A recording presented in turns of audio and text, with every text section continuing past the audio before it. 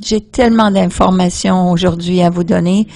On parlait de porter du fruit dans Jean 15, 16 qui dit « Je vous ai choisi afin que vous portiez du fruit, un fruit qui demeure, un fruit qui demeure. » Et mon désir, c'est, et c'est évident que nous sommes souvent dans nos vies, non seulement que nous avons un impact sur les gens, mais nous voulons avoir un fruit, porter du fruit qui demeure.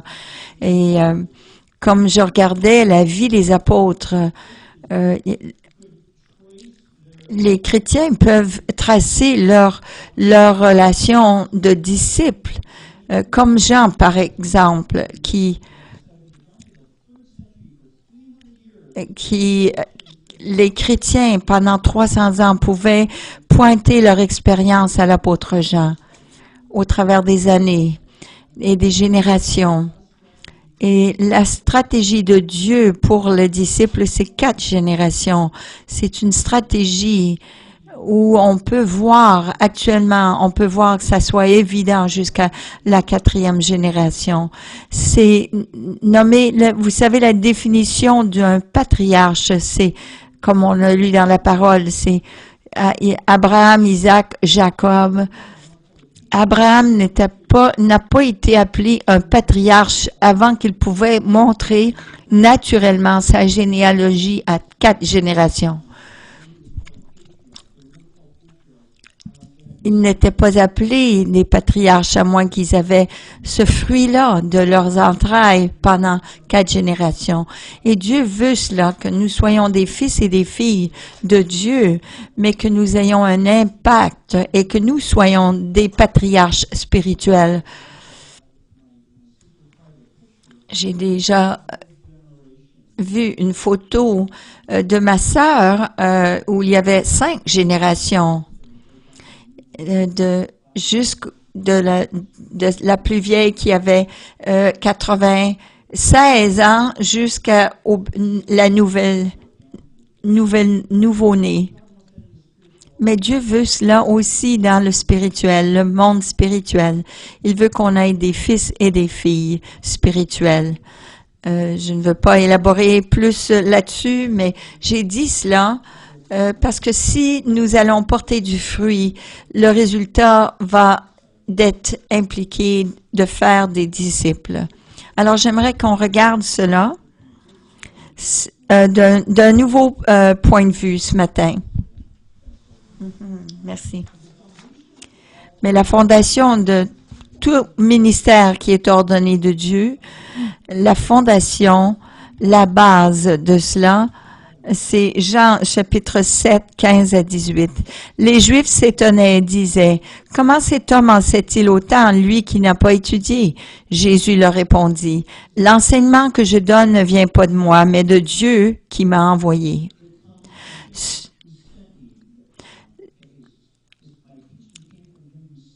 Mon enseignement vient de Dieu qui m'a envoyé. Et celui qui est disposé à faire ce que Dieu veut saura si mon enseignement vient de Dieu ou si je parle en mon propre nom. L'homme qui parle en son propre nom recherche la gloire pour lui-même. Mais celui qui travaille à la gloire de celui qui l'a envoyé dit la vérité et il n'a rien de faux en lui. On pourrait passer toute la journée sur ce petit passage, mais dans ces versets, Jésus nous présente l'attitude qui est requise pour tout ministère ordonné de Dieu. Si on parle de nous-mêmes, si on essaie de se promouvoir pour avoir de la reconnaissance personnelle, nous faisons cela pour avoir de l'honneur pour nous-mêmes. Mais si on le fait en honneur de celui qui nous a envoyés, alors là, on est des hommes et des femmes de vérité. Alors, la première question qui doit être posée, c'est quoi la base de mon ministère? C'est quoi la fondation? Est-ce que c'est pour que j'aie l'honneur moi-même? Ou est-ce que c'est pour gagner l'honneur de celui qui m'a envoyé? Bonne question. Et c'est une question difficile aussi. La plupart d'entre nous, on dirait, bien sûr, on ne parle pas de nous-mêmes, on parle pour Dieu, on parle pour Jésus-Christ. On n'essaye pas d'avoir honneur pour nous-mêmes, on veut honorer Dieu et Jésus-Christ. Mais il y a un problème avec juste cette réponse-là. Ah oui, j'essaie d'honorer Dieu, pas moi-même. C'est pas pour attirer l'attention sur moi-même, mais Dieu utilise les gens autour de nous. Il a appelé les équipes, il a appelé un homme comme un leader et il met des gens en dessous de lui qui sont une équipe. Alors, on travaille en équipe, on travaille avec des relations. C'est l'intention de Dieu que tout le ministère doit être fait au travers des gens afin qu'il reçoive la gloire. Le Père a envoyé son Fils Jésus pour l'honorer. Mais maintenant, le Fils a envoyé les 12 apôtres pour honorer Jésus et parler de lui. Et là, les 12 apôtres qui ont ordonné des diacres pour donner honneur aux 12 apôtres. Et les diacres, eux, ils ont envoyé des disciples qui donneraient honneur aux diacres et aux gens qui font le ministère. Alors, lorsque vous faites quelque chose, quoi que ce soit, est-ce que nous parlons d'eux? Est-ce que nous leur donnons honneur ou est-ce que nous honorons nous-mêmes? Lorsque je fais le ministère, je vais, mettons, aux Philippines. Est-ce que moi, je parle de moi-même ou je cherche à donner de l'honneur de celui qui me reçoit? Est-ce que je parle de lui et lui donne honneur? Si je vais dans une autre église pour faire le ministère, est-ce que je le fais pour moi-même ou je le fais pour donner honneur à cet homme ou cette femme? Il faut toujours honorer celui qui nous reçoit et de s'assurer que ce que nous disons est en accord avec la personne que nous servons. Nous voulons l'honorer, nous ne voulons pas causer du conflit. Si je vous demande de faire quelque chose pour moi, allez-vous parler de moi ou vous cherchez à avoir de l'honneur pour vous-même? Et si moi, je parle de vous, est-ce que je vais parler pour vous et vous honorer ou est-ce que j'essaye de le faire pour moi-même? C'est un bon principe lorsque Jean 7, si nous voulons être des apôtres, des disciples de vérité, nous devons honorer celui qui nous a envoyés. Jean 7, 18 dit, « Celui qui parle de sa propre initiative cherche sa propre gloire. Mais celui qui cherche la gloire de celui qui l'a envoyé est vrai. Il n'y a pas d'injustice en lui. » Alors, la fondation pour un ministère qui est ordonné de Dieu, c'est de choisir d'honorer un autre. Qu'importe ce qu'on nous appelle à faire, est-ce que nous choisissons d'honorer l'autre? Il y a aussi un autre aspect à cela. Parce que nous pouvons, dire oui, mais Pasteur Dave, c'est très bon, mais mon ministère à moi, Dieu m'a donné un appel incroyable et j'ai besoin de commencer, et j'ai besoin d'aller là, et j'ai besoin d'être reconnu. Philippiens 2, 5 à 9 nous dit ceci. Votre attitude devrait être le même que Jésus-Christ. Comportez-vous entre vous comme on le fait quand on connaît Jésus-Christ. Il possédait depuis toujours la condition divine. Mais il n'a pas voulu demeurer de force l'égale de Dieu. Au contraire, il a de lui-même renoncé à tout ce qu'il avait et il a pris la condition de serviteur. Il est devenu homme parmi les hommes. Il a été reconnu comme homme. Il a choisi de vivre dans l'humilité et s'est montré obéissant jusqu'à la mort sur une croix. C'est pourquoi Dieu l'a élevé à la plus haute place et lui a donné le nom supérieur à tout autre nom. Et Jésus, Dieu le Père, a choisi de l'exalter. Qu'est-ce que ça veut dire de faire de lui-même rien? Ça veut dire il a enlevé son pouvoir, son habilité d'avoir du pouvoir, d'être omniprésent. Il a mis de côté tous ces attributs de Dieu. La seule chose qu'il n'a pas mis de côté, c'était son identité. Comme Jésus, le Fils de Dieu. Mais le reste, il a mis de côté. Et pourquoi est-ce qu'il a mis ça de côté? Pourquoi est-ce qu'il a mis tout le reste de côté? Tous ses attributs divins, toutes les choses qui faisaient de lui Dieu, sauf son identité. Parce qu'il pouvait, à ce moment-là, venir dans le monde comme représentatif, comme représentant de Dieu le Père. Tant qu'il garderait toutes ces choses-là, il ne pouvait pas venir comme représentant pleinement d'une autre personne. Il est pas venu pour dire c'est tout un mais bonne nouvelle, c'est vraiment un chahut total ici. Mais bonne nouvelle, moi j'ai quelque chose à apporter. Non, il n'était pas de cette façon-là. Il n'a pas pris une décision de lui-même. Il n'y avait rien de ça dans le cœur de Jésus. Il n'a pas essayé d'être indépendant et faire sa propre chose. Mais au lieu de cela, il a attendu, il a été envoyé du Père pour être l'envoyé du Père. Jésus a compris que vous ne pouvez pas avoir l'autorité d'un autre à moins que vous êtes prête à déposer votre propre autorité. Vous ne pouvez pas avoir l'autorité d'un autre à moins que vous soyez prêt à déposer votre propre autorité. Parce que si vous faites cela, vous n'utilisez pas la force ou le pouvoir d'un autre. Un policier,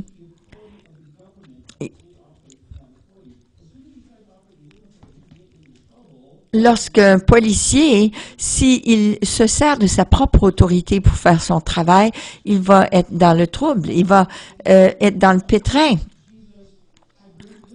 Mais Jésus avait de la sagesse. Une grande sagesse. Il a grandi en se soumettant aux autres. Il pouvait confondre la sagesse de ceux qui menaient, qui étaient l'autorité ou qui étaient les chefs religieux. Il n'avait pas d'autorité tant qu'il ne s'était pas soumis au baptême de Jean.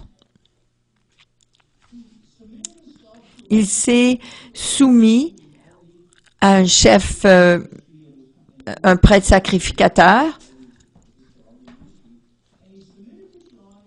Il s'est soumis à Jean en étant baptisé, en se faisant baptiser. Il a déposé, il a déposé son pouvoir, il est venu sous l'autorité de Jean, et là, il a reçu le pouvoir de Dieu.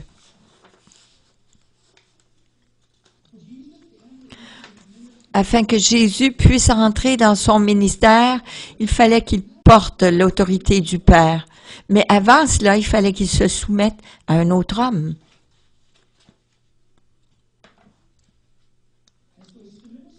Alors, il s'est soumis au baptême de Jean afin d'accomplir la justice de Dieu. On va élaborer là-dessus tout à l'heure. Et là, il s'est soumis. Et puis là, il pouvait avoir l'autorité du Père et faire du ministère avec l'autorité du Père. Il ne l'a pas fait de sa propre autorité, mais il l'a fait de l'autorité d'un autre. Et parce qu'il s'est soumis à l'autorité d'un autre, il a eu une plus grande autorité que s'il aurait eu son autorité à lui. Matthieu 28, 18 nous dit ceci. Jésus approcha et leur dit, « Tout pouvoir m'a été donné dans le ciel et sur la terre. » Tout pouvoir. Comme la terre appartient à Dieu et sa plénitude, mais Dieu lui a tout donné, le pouvoir, parce qu'il s'est soumis sous l'autorité d'un autre. Jésus n'a jamais fait de ministère avec sa propre autorité. Il a fait ce que le Père lui disait de faire. Il faisait ce que le Père faisait et il disait seulement ce que le Père lui disait de faire. Il s'est soumis à l'autorité d'un autre. Alors si nous, de la même façon, vous savez, on parle de l'Église apostolique, devenir un peuple apostolique, mais si nous allons devenir un peuple apostolique, nous devons apprendre ce que ça veut dire, de marcher humblement en soumission envers ceux qui sont autour de nous et qui sont au-dessus de nous, en autorité sur nous. Non seulement d'être soumis à l'autorité de Dieu le Père et son Fils Jésus-Christ, mais en soumission à nos leaders, à ceux qui sont nos chefs, mais aux uns, pardon, les uns les autres. Ce cœur de soumission doit aussi s'appliquer envers les autres et dans notre situation familiale. C'est de cette façon qu'on peut savoir si cette personne est soumise. On peut prétendre d'être soumis à Dieu, mais on n'a pas appris à être soumis les uns envers les autres. Alors est-ce qu'on est vraiment... je peux me poser la question de la façon vraiment, la mesure dans laquelle on est vraiment soumis à Dieu. Éphésiens 5, 21 nous dit « Soumettez-vous les uns aux autres à cause du respect que vous avez pour le Christ. » C'est seulement dans cette mesure-là que nous pouvons vraiment savoir si nous sommes soumis les uns aux autres. On n'aime pas parler de la soumission pour deux raisons. Parce que ça a été distorsionné, ce terme. Parce que on l'a appris d'une façon de se soumettre sans penser. J'étais dans une réunion il y a quelques mois et j'ai entendu un homme dire « Je suis l'apôtre sur le Québec et tu as besoin de te soumettre à moi. » Et j'ai dit « Ah, sois béni, mon frère, mais... » Non, la soumission n'est pas sans penser. Non, la soumission, c'est de venir sous la mission d'un autre et les élever. Ça, sous la mission d'un autre et les élever. C'est ça la vraie définition de la soumission. Alors, Pasteur Sandy, lorsqu'elle va préparer la présentation de Noël la semaine prochaine, nous devons nous mettre sous sa mission et nous soumettre. Et lorsque Heidi fait une vente garage, c'est sa mission. Alors, c'est à nous de se soumettre à cette mission. C'est là qu'on se soumet les uns aux autres. Et si Dieu vous a appelé à faire quelque chose, nous aussi, on peut se mettre sous cette mission et vous appuyer et vous élever. Ça, c'est de se soumettre. Sabrina veut aller à l'école biblique l'année prochaine. Alors oui, nous croyons que ça, c'est de Dieu et que c'est sa mission. Alors nous voulons l'élever et l'appuyer dans ce qu'elle fait. Ça, c'est la soumission. La deuxième raison que nous n'aimons pas le terme soumission, c'est que nous sommes un peuple indépendant. En réalité, dans notre société, dans nos familles, dans nos écoles et même dans notre système religieux, on est enseigné de ne pas se faire confiance les uns aux autres. Alors, comment dire cela? On ne veut pas s'engager pour un temps indéfini envers quelqu'un qu'on n'a pas de confiance. Non, on ne veut pas s'engager à long terme avec une personne que possible qu'on n'ait pas confiance. Mais Dieu est en train de travailler dans le monde actuellement et nous montrer une nouvelle façon de se voir les uns les autres, comment se soumettre et s'aimer et s'entraider les uns les autres. Et pourquoi c'est important? C'est important cela à Jésus parce que là on peut voir la mesure, la pleine mesure de la soumission, de l'autorité que Dieu désire déverser sur nous. Parce que sans se soumettre les uns aux autres, il n'y a pas de puissance, il n'y a pas d'autorité, pas de pouvoir. Vous n'aurez pas de pouvoir ni d'autorité sans vous soumettre à Dieu. Mais vous n'aurez pas la mesure, la pleine mesure de la puissance, le pouvoir et l'autorité si vous ne pouvez pas vous soumettre les uns aux autres. Alors Jésus s'est vidé de tout cela. Il s'est dépouillé de cela, il s'est humilié seulement pour servir et représenter pleinement un autre. Et à cause de cela, au moment voulu, Dieu l'a exalté. Il lui a donné pouvoir et autorité à exercer son ministère. Le principe du royaume est ceci, est de simplement choisir de se servir les uns les autres, de s'honorer les uns les autres et d'élever l'autre personne et d'attendre que cette personne nous relâche. Jean 7, 18 dit, « L'homme qui parle en son propre nom recherche la gloire pour lui-même, mais celui qui travaille à la gloire de celui qui l'a envoyé dit la vérité, et il n'a rien de faux en lui. » Et c'est celui-là que Dieu peut investir le pouvoir et l'autorité.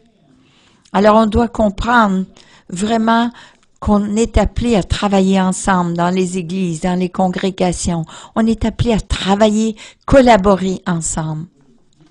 Nous pouvons travailler aussi à d'autres niveaux de pouvoir et d'autorité, si on peut se soumettre les uns aux autres. Est-ce que nous comprenons cela? Comment honorer les autres? Comment servir les autres?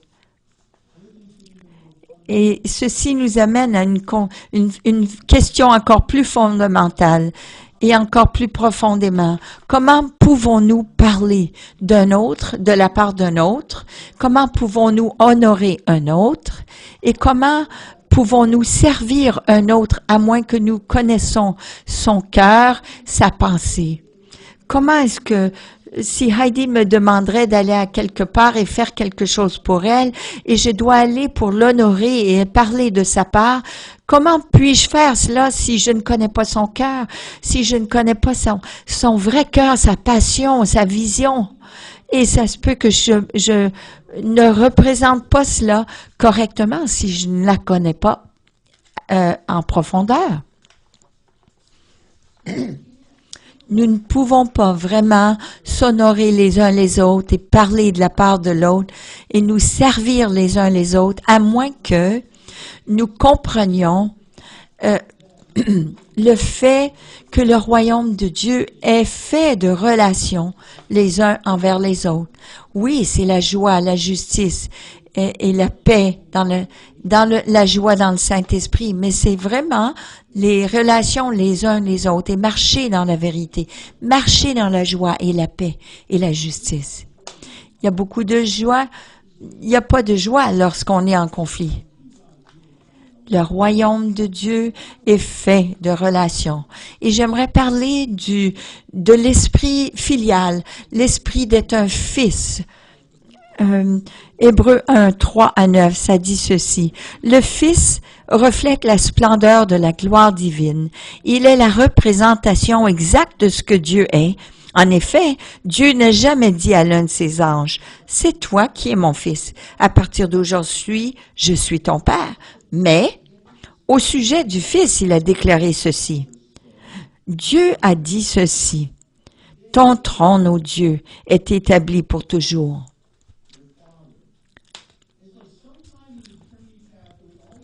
Dans l'éternité passée, Dieu a toujours été trois, le Père, le Fils, le Saint-Esprit.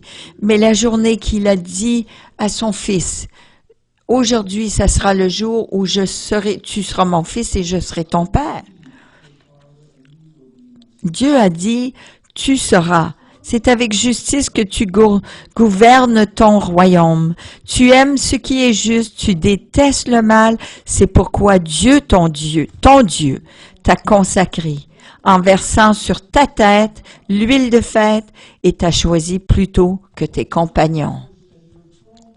C'est cela que le Père a dit du Fils. Il a dit ceci par rapport au Fils. Dieu, le Père, t'a mis au-dessus de tes compagnons. Dieu est un Dieu trois fois, qui existe comme trois personnes.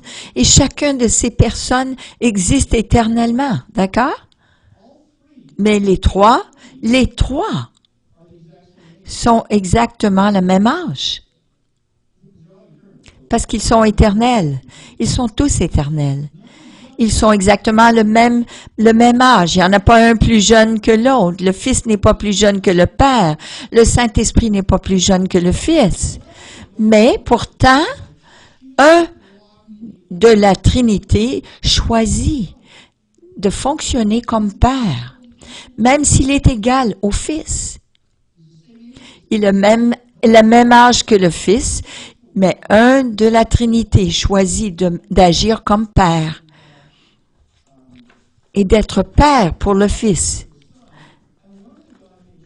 Et un de la Trinité choisit de prendre la fonction du Fils envers le Père, même s'ils sont égaux. Ils sont du même âge, ils ont la même autorité, le même pouvoir que Dieu. Mais il y en a un qui choisit le rôle d'un père et l'autre le rôle d'un fils. N'est-ce pas merveilleux? Je ne sais pas si vous avez déjà réfléchi à cela. Ils sont égaux dans tous les aspects, mais ils choisissent d'être un père envers un fils et un fils envers un père. Et même s'ils sont égaux dans tous les respects, il y en a un qui choisit de se soumettre à l'autorité du Père, se vider, se dépouiller de tout et se soumettre et parler en honneur et de la part du Père. Et à cause de cela, il a été donné le pouvoir et l'autorité du Père. Pleinement. Parce qu'il a rejeté l'indépendance. Parce que Jésus a rejeté l'indépendance et choisir de se soumettre entièrement au Père, il a pu vraiment démontrer pleinement l'amour. Parce que l'amour est prouvé dans le contexte de la soumission. Vous comprenez? L'amour est seulement validé lorsqu'il est dans le contexte de se soumettre à un autre. Si vous êtes des amis égaux, je ne peux pas vous montrer mon amour. Mais si je me soumets pour te servir, je peux te prouver mon amour. Parce que Jésus a rejeté l'indépendance et s'est soumis entièrement au Père, il a pu vraiment rentrer pleinement dans la sainteté. Parce que la sainteté est seulement aussi validée lorsque c'est mis dans le contexte de la soumission. Je peux prétendre d'être saint jusqu'à ce que je choisis, par exemple, de me soumettre et de te servir et ne pas l'amour pratique, je veux dire la sainteté pratique est vraiment validée dans le contexte de la soumission. Alors, à cause que Jésus a rejeté l'esprit d'indépendance et s'est soumis 100% au Père, seulement là, il pouvait être votre sauveur. Parce que seulement une personne qui est sainte complètement peut vraiment payer le prix pour nos péchés. On comprend cela, n'est-ce pas? Il était 100% saint, parce que sinon, il n'aurait pas pu payer le prix pour nos péchés. Et ce que j'aimerais que vous compreniez, c'est que au centre de notre salut, au centre, au cœur de notre salut, et au cœur de notre foi, et au centre, au cœur de notre destinée éternelle, de tous les bénéfices que Christ il a pour nous, c'est la relation du Père et du Fils. Et si le Fils n'aurait pas été soumis au Père et de marcher dans la sainteté, tout ce que nous avons, nous aurions jamais eu. Mais c'est tout ressorti de la relation d'un Fils envers son Père et d'un Père avec son Fils. Oh, si j'avais seulement le temps. Le Seigneur ne cherche pas des prophètes, il cherche des prophètes saints. Il ne cherche pas des apôtres, il cherche des apôtres et il ne cherche pas des disciples, il ne cherche pas des pasteurs, il cherche des pasteurs, des prophètes et des disciples saints. La sainteté est seulement cultivée dans le contexte de se soumettre dans les relations. Alors aujourd'hui, Dieu nous appelle de comprendre cette relation que le Père il a avec le Fils. Parce que Dieu veut que nous ayons ces mêmes valeurs, ces mêmes attitudes et ce même cœur que son Fils avait. Il veut que nous comprenions ce que ça veut dire vraiment d'être un peuple saint. Alors, il nous invite à ceci qui est d'avoir un esprit filial, l'esprit d'un fils. Et cela démontre les valeurs et les attitudes et certaines actions envers Dieu, mais aussi envers les autres. Vous pouvez déclarer autant que vous voulez que vous êtes le fils ou la fille de Dieu, et même accueillir l'esprit filial dans votre vie, mais si vous ne marchez pas envers les autres, dans l'horizontale, envers les uns les autres, c'est une défaite. Il faut avoir cet esprit filial dans ces relations. Romains 8, 29 nous dit, car Dieu les a choisis d'avance. Il a aussi décidé d'avance de les rendre semblables à son Fils, afin que celui-ci soit l'aîné d'un grand nombre de frères. Dieu veut que nous soyons conformes à l'image de Jésus. Mais si nous allons être conformes à cette image et que nous devons être comme cela, nous devons comprendre que tout ce que Jésus fait, il le fait de sa relation, ça découle de sa relation de père-fils. Alors nous aussi, nous devons nous conformer à cette image et cette relation père-fils et aussi envers les autres, dans nos relations humaines. Cela fait maintenant au-dessus de 35 ans que je suis un enfant de Dieu. Et lorsque je suis venu à Dieu, lorsque je suis venu à Christ, un nouvel-né, on me parlait de la nouvelle outre. La nouvelle outre, il fallait découvrir la nouvelle outre. On essayait de figurer qu'est-ce que c'était cette nouvelle outre. Mais je crois que Dieu nous a déjà révélé cela. Cette nouvelle outre, c'est d'avoir cette relation avec le Père. C'est des relations, choisir d'honorer un autre, de servir un autre, de parler en honneur d'un autre, de la part de la gloire de Dieu, et donc recevoir les bénéfices d'un Fils dans ces relations. C'est la nouvelle outre de l'Église, c'est les relations, d'être saine, d'être redevable, d'avoir des relations redevables, d'être serviables les uns envers les autres, se soumettre les uns envers les autres. Ça, c'est l'esprit filial et de démontrer d'être soumission mutuelle les uns envers les autres. Parce que si moi je veux être un bon leader, je dois apprendre à me soumettre aussi à vous, afin de comprendre que Dieu vous a appelé. Et si je veux être un bon serviteur de Dieu, je dois me mettre sous votre mission aussi pour vous aider. Et si on ne fait pas cela, on ne reçoit pas l'autorité, pleinement l'autorité et le pouvoir que Dieu nous donne. Je ne parle pas de structure, là, où on se considère naturellement, c'est comme un père envers son fils, parce que vous avez amené quelqu'un au Seigneur. Je ne parle pas de cette structure-là.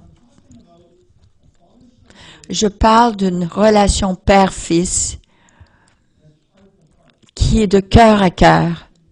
C'est une connexion de cœur remplie de confiance et d'amour.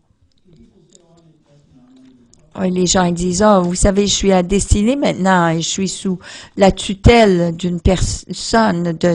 Vous êtes pas parce que vous venez vous asseoir ici dans cette chaise, mais non, parce que une couverture, une autorité sur vous ou une tutelle sur vous, c'est parce que vous vous soumettez à cette relation de père-fils. Vous savez, dans 1 Corinthiens 13, 6 à 7, ça dit « L'amour croit tout. L'amour croit tout. » Vous ne pouvez pas bâtir des relations sans croire, sans confiance. Parce que la parole dit que c'est l'amour croit tout. Donc, elle a confiance. 1 Corinthiens 4, 1 à 2 nous dit « Vous devez donc nous considérer comme des serviteurs du Christ, chargés de gérer les vérités secrètes de Dieu. » C'est Paul qui dit ceci. Afin que le ministère avance, Dieu a dû, si le royaume de Dieu pour qu'il puisse se répandre, il a fallu que Dieu choisisse de croire ses 12 disciples et d'investir en eux. Et vous savez, les 12, il a choisi de leur faire confiance. Vous devez vous considérer comme des serviteurs du Christ chargés de gérer les vérités secrètes de Dieu. Et si on veut établir le royaume de Dieu, travaillant avec Dieu, on va falloir qu'on trouve des gens et qu'on leur fasse confiance, qu'on se fasse confiance les uns aux autres. Il y a une section dans vos notes qui parle de cette relation de père et de fils. Vous pouvez lire ces notes et essayer de les comprendre. Ce sont des choses simples, mais j'aimerais juste souligner un peu cette partie du Fils qui rend honneur au Père. Je veux parler de cet esprit filial et de quoi ça a l'air. Numéro 1, de quoi ça a l'air, cet esprit filial. Un fils, ça imite son père. Un fils imite son père. 1 Corinthiens, 1 Thessaloniciens 2, excusez-moi.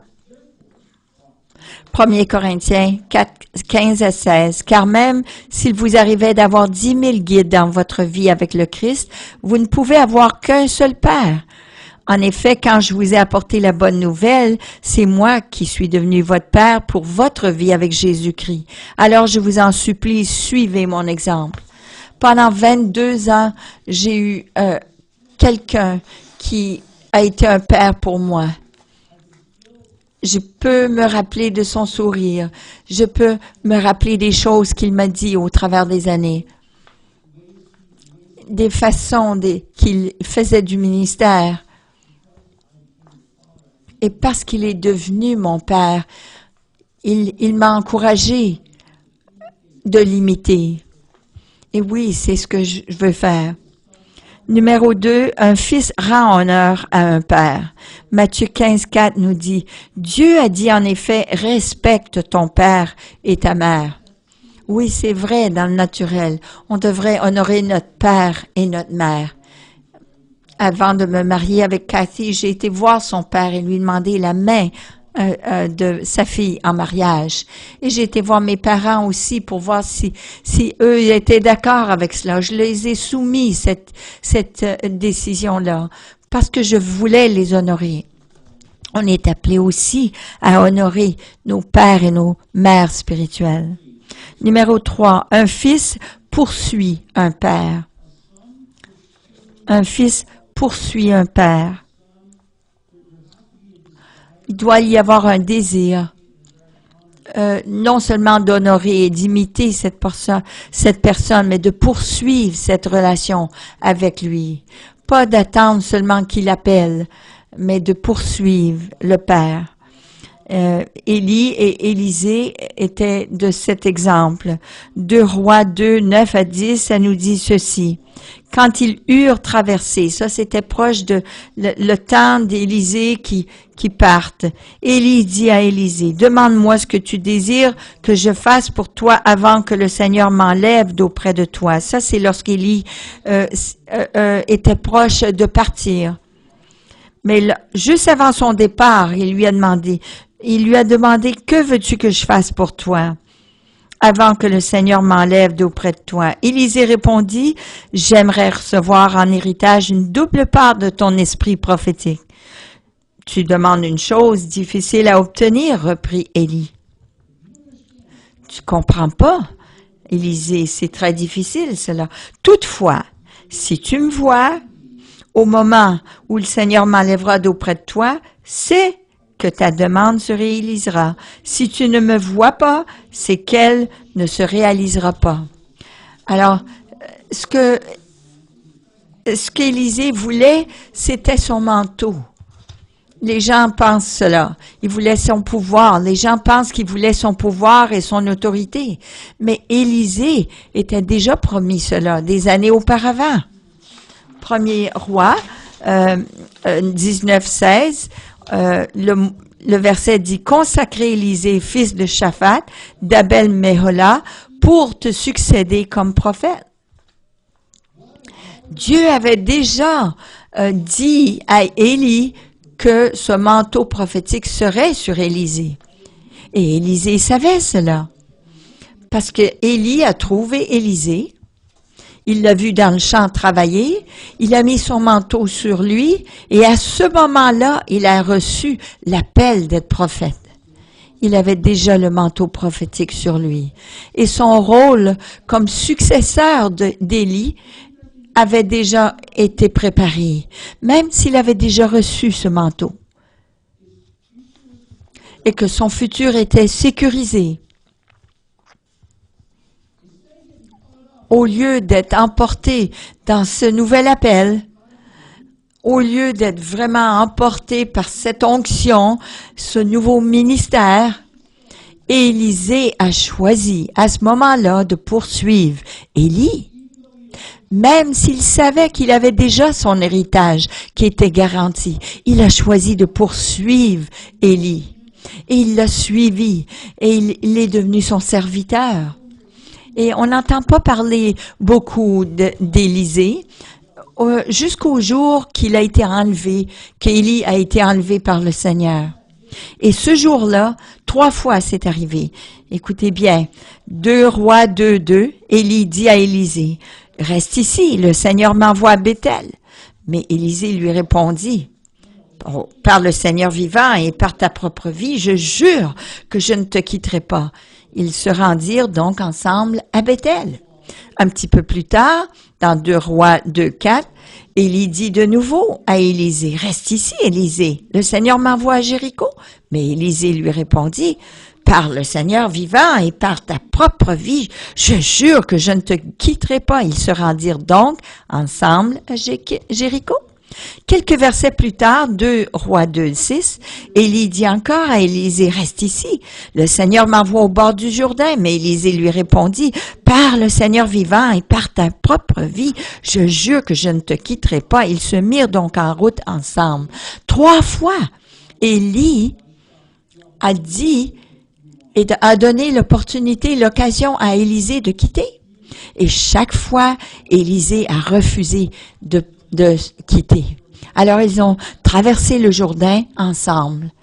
Et c'est à ce moment-là qu'Élisée a clarifié pourquoi il poursuivait Élie. Il voulait une double portion. Il avait déjà le manteau prophétique qui avait été promis. Il voulait pas seulement avoir l'appel prophétique, il voulait la double portion d'un père spirituel. Vous savez, j'ai déjà entendu ces paroles priées, même dans une réunion de prière. « Oh Seigneur, donne-moi la double portion, donne-moi la double portion. » Mais au travers, j'ai jamais entendu, vous savez, quelqu'un dire à la fin de la réunion, « Je l'ai reçu. » Parce que ce n'est pas de cette façon que Dieu donne la double portion. Vous ne pouvez pas recevoir la double portion d'une personne de cette façon. Même qu'on prie et qu'on le demande et on plaide pour l'avoir, mais ce n'est pas de cette façon. Comment avoir plus de grâce, plus de quoi que ce soit, de puissance, de pouvoir, c'est en marchant en relation avec des gens à long terme et on commence à recevoir de leur esprit. Je peux penser à toutes ces choses que Chuck Pierce m'avait dit, parce que j'ai marché avec lui pendant 20 ans.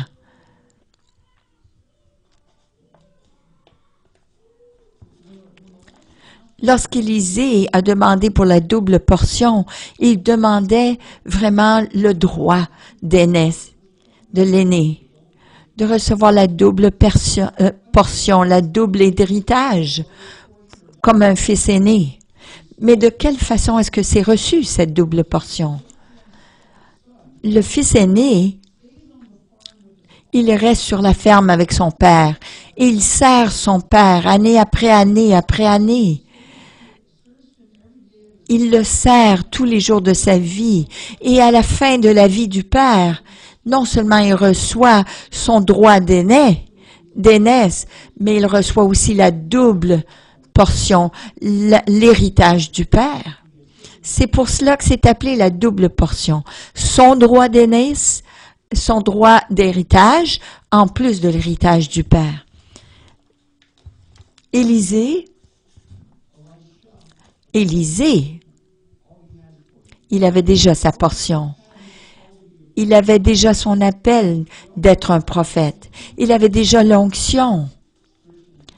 Et cette puissance spirituelle, mais il est resté avec Élie parce qu'il voulait recevoir de sa grâce. Il voulait saisir ce qui était dans la vie d'Élie. Il voulait pas seulement un héritage, il voulait la double portion de ce qui était dans la vie d'Élie. Il voulait avoir la grâce d'Élie ajoutée à la sienne. Et à partir de ce moment, il a marché dans cette double onction, cette double puissance, cette double portion. Alors, remarquez ceci. Élie n'a pas donné cette offre à Élisée jusqu'à ce que ça soit la dernière journée de sa vie.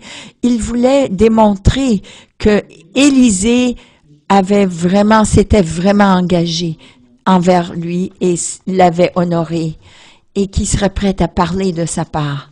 Et parce qu'Élisée avait fait cela toutes ces années, jusqu'à la dernière minute, alors là, Élie a dit, oui, tu peux l'avoir maintenant. Mais rappelez-vous que même si Élisée a demandé à Élie pour la double portion, Élie a répondu, c'est une chose difficile. Pourquoi est-ce que c'est une chose difficile? Parce que ça ne faisait rien, quelle grâce qui opérait dans la vie d'Élie. Ce n'était pas, tu ne peux pas juste imposer les mains et transférer cette grâce complètement. On ne peut pas transférer cette double portion ou cette double onction par l'imposition des mains. Pourquoi est-ce que Kathryn Kuhlman, avant de mourir, elle a imposé les mains sur 10 personnes différentes et elle a dit, reçois l'onction que j'ai. Et ces 10 personnes, comprend même Billy Graham, mais comment ça se fait? Pourquoi est-ce que Benny Hinn marche dans une onction plus grande? Parce que les autres ont dit merci Catherine et il a reçu son onction. Mais Benny Hinn a marché avec Catherine pendant bien des années avant qu'elle meure. Alors il a reçu une plus grande portion, la double portion.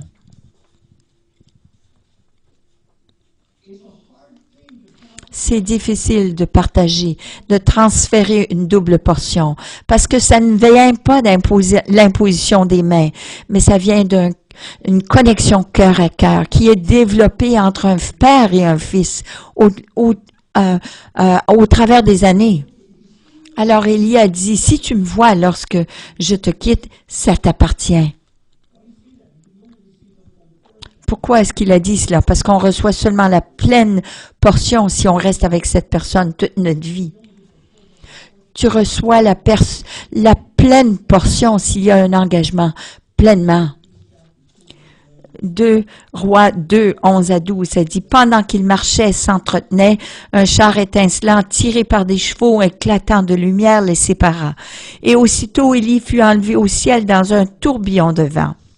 Lorsqu'Élisée vit cela, il se mit à crier, « Mon père, tu valais tous les chars et tous les cavaliers d'Israël. » Quand il ne le vit plus, Élie, il déchira ses vêtements en deux. Il avait de la peine d'avoir quitté son père spirituel. Quand est-ce qu'Élisée a reçu la double portion? Lorsqu'il a reçu sa portion et celle d'Élie en plus, lorsqu'il a crié au moment de l'enlèvement d'Élie, « Mon père, mon père ». Lorsqu'il a révélé cette profondeur d'amour avec Élie, c'est cela qu'il a reçu, la double portion. C'est pas en voyant Élie partir dans le ciel. qui lui a mérité le droit d'avoir une double portion. C'était cette expression d'amour profond qui a permis qu'Élisée reçoive cette double portion d'Élie. Ce n'est pas quelque chose qu'Élisée a mérité, mais il l'a eu par cette connexion d'amour profonde avec son père spirituel. Ce n'était pas une récompense d'avoir servi Élie toutes ces années, mais c'est venu de cette connexion d'amour, cet amour profond qu'il a eu pour Élie, son père. Ce n'était pas parce qu'il désirait son don prophétique. Il n'a pas dit, oh, quand il est parti dans le ciel, oh, donne-moi mon manteau, mon héritage, mon manteau, mon héritage. Non, il a appelé son père, mon père. Et c'est à ce moment-là d'exprimer cet amour profond, d'honneur pour son père, que c'est à ce moment-là qu'il a reçu cette double portion. C'était l'intensité d'amour qu'il a eue pour Élie, qu'il a reçu cette double portion.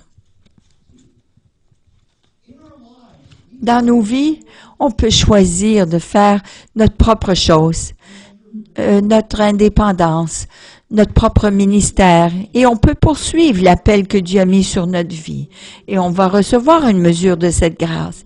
Mais si on commence à marcher avec les autres, on peut la multiplier, cette grâce que nous avons.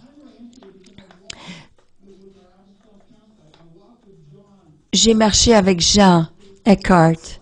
J'ai reçu de sa grâce. J'ai marché avec apôtre Bev et Tony. Et j'ai marché avec l'apôtre Chuck. Et j'ai reçu de leur grâce. Vous pouvez marcher seul, vous pouvez la multiplier en travaillant avec les autres. Si vous êtes indépendant, et chaque homme est unique, est à soi-même, on n'expérimentera pas jamais cette grâce multipliée qui arrive seulement lorsque nous sommes avec les autres, nous connectons avec eux en amour et que nous honorons les autres et nous les servons. Et je vois ce problème à maintes reprises. Une personne vient à l'église locale, ils se soumettent à un leader pendant quelques années, jusqu'à ce qu'ils pensent qu'ils ont appris suffisamment d'eux. Ensuite, ils partent. Ah, là, ils prennent ce qu'ils ont besoin, puis là, ils s'en vont chercher un autre, tu sais, parce qu'ils pensent qu'ils ont un ministère et c'est vraiment, oh, super, et puis là, ils cherchent une autre onction ailleurs. Et puis là, quelques années plus tard, ils vont ailleurs, et puis là, ils changent encore, ils vont quelque temps avec cette personne, ils vont chercher tout ce qu'ils ont besoin, puis après ça, ils changent encore d'église. Et ils ont reçu l'onction et cette grâce un petit peu de chacun, mais ils reçoivent jamais la pleine portion. Todd Bentley, qu'importe ce que vous pensez de lui,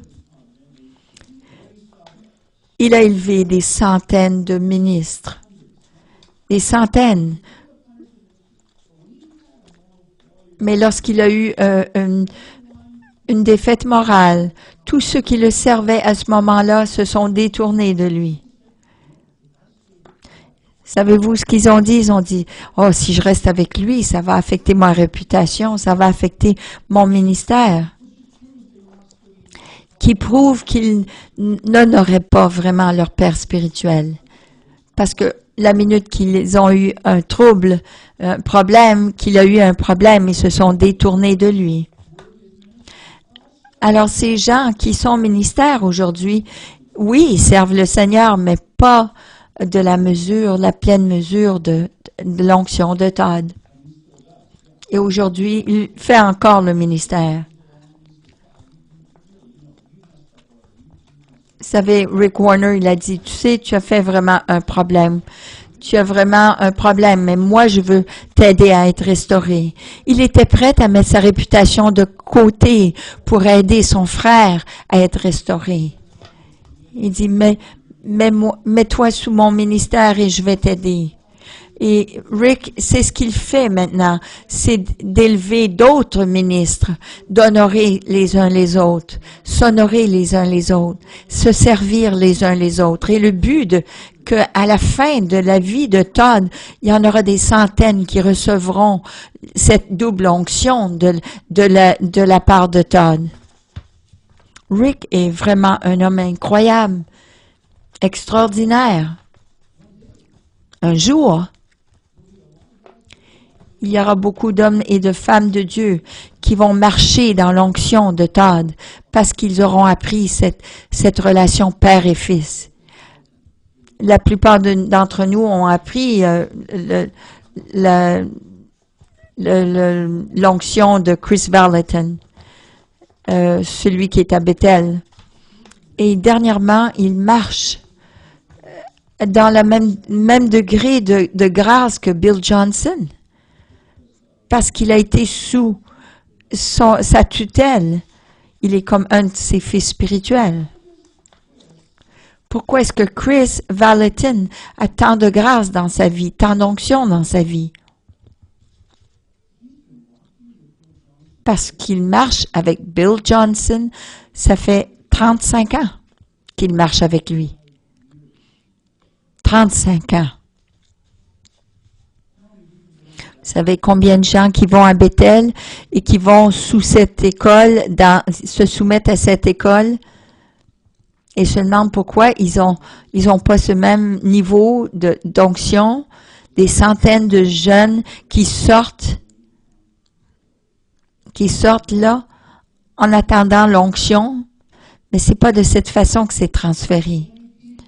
Tant de gens aimeraient recevoir la grâce et l'onction de la vie qui est sur la vie de Chris.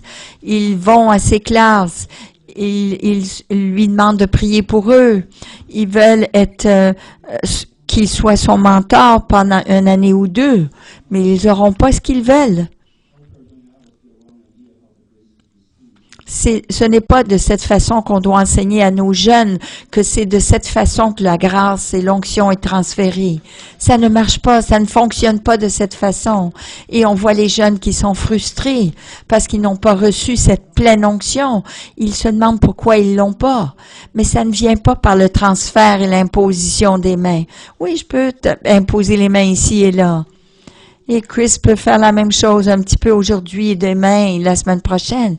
Mais si vous voulez la pleine onction, le plein transfert de cette onction et cette grâce, vous devez avoir une relation avec lui. Ça ne prend pas quelques années. Ça prend le cœur d'Élisée qui a marché des années avec Élie. Il l'a poursuivi, il l'a honoré, il l'a servi et il a parlé de la part d'Élie. Et lorsque il est parti, il ne pensait pas à son appel, il pensait seulement à son père. Mais comme résultat, il a eu la double portion.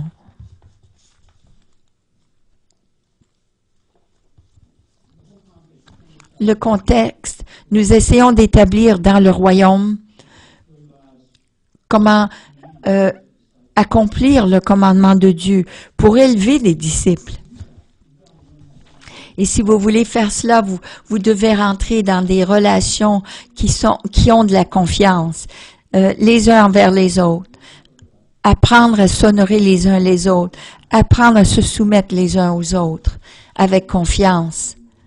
Et si vous faites cela, vous allez recevoir cette onction avec de plus grandes mesures. Ça ne vient pas magiquement comme une baguette magique. Regardez la personne à votre gauche. Regardez à la personne à votre droite.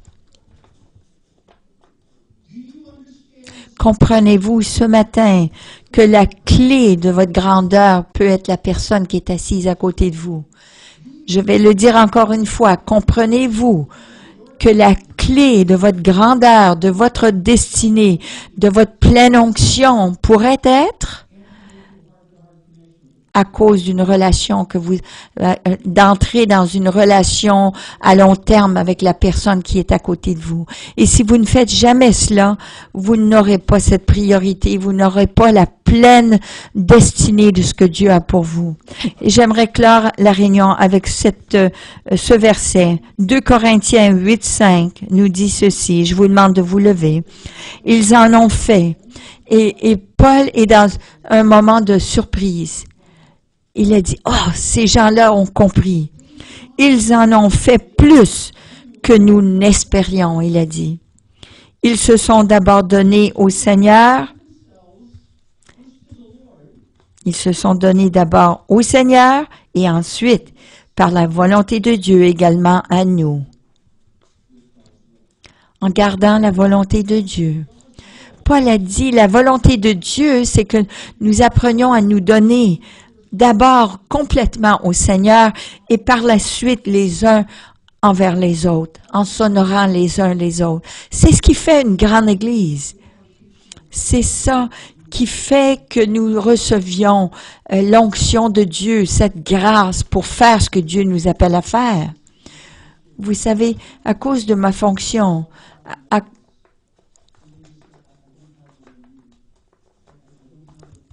je parle souvent avec des gens qui voyagent beaucoup et ils voyagent beaucoup, mais ils sont pas soumis à personne. Ça vous savez, ça prend l'exhortation, l'amour fraternel, s'encourager les uns les autres, mais l'onction vient avec des relations à long terme. L'année prochaine, je veux qu'on apprenne cela. Il y a tellement d'appels dans cette place, mais nous sommes en train de bousiller tout en travaillant indépendamment. Nous, au lieu de s'accueillir les uns les autres et se soumettre les uns les autres. Je veux vous encourager aujourd'hui et vous lancer le défi. S'il vous plaît, rendez l'année 2014 l'année de connexion. L'année d'entrer dans une relation père-fils, non seulement structurelle, mais vraiment intimement, père-fils, mère-fille, avec quelqu'un. Là où vous pouvez grandir, là où vous pensez à la grandeur ou la croissance de l'autre plutôt que la vôtre. Parce que si vous en faites cela, votre priorité, vous allez grandir. Prions ensemble. Père, une prière simple. Dieu, aide-nous, chacun de nous, à prioriser, mettre cela notre priorité première, Seigneur, de faire confiance aux autres. Une autre personne, d'entrer dans une relation intime avec de cœur à cœur, une connexion cœur à cœur, afin qu'on puisse vraiment se soumettre à leur mission, de déclarer les paroles de vie dans leur vie, les honorer et se soumettre à eux, Seigneur. Qu'en pensant, et Seigneur, nous allons recevoir leur grandeur dans notre vie pour accomplir tes plans pour notre vie. Seigneur, ce n'est pas en nous.